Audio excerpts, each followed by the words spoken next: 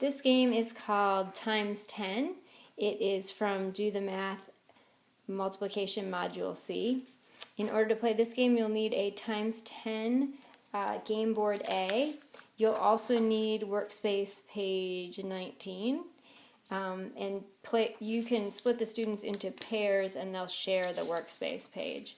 You'll want a dry erase marker and an eraser and then a pencil to write the equations. So in order to play this game, students are going to circle two factors. So one student is X and one student is O. They're going to try to put X's or O's, whatever they are, all the way across this way, or get a line this way, or a line this way. So kind of like tic-tac-toe. But they're going to circle two factors. So say we circled the 3 and the 5, and I'm player X. And I would know that 3 times 5 is 15, and I would multiply that by 10 in order to put my X on the board.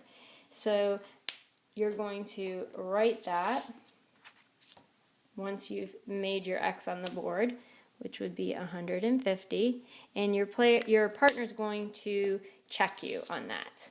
So in order to do that, we say both players would check each other.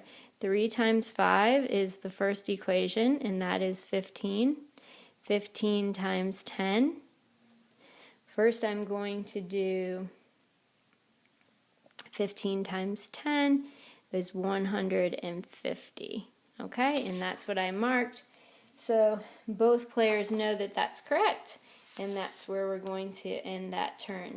Player O is going to, in order to be strategic, choose a different square and see if he can possibly just find that square by changing one of the factors. So player O will change just one factor, and we're going to say player O wants to change the 5 to a 6.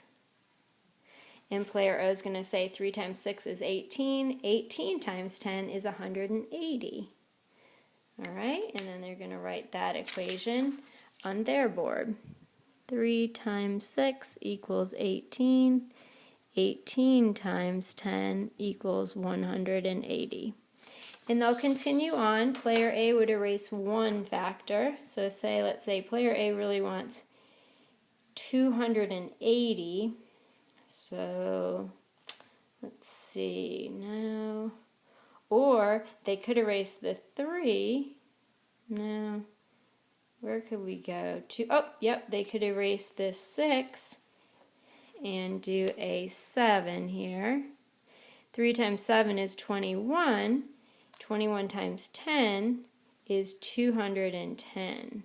So it looks like I'm going to try to get across there. Okay, and then I write the equation, and you can kind of see how it goes. If player O would like 24 or 240, they would erase, oops, we don't have an 8.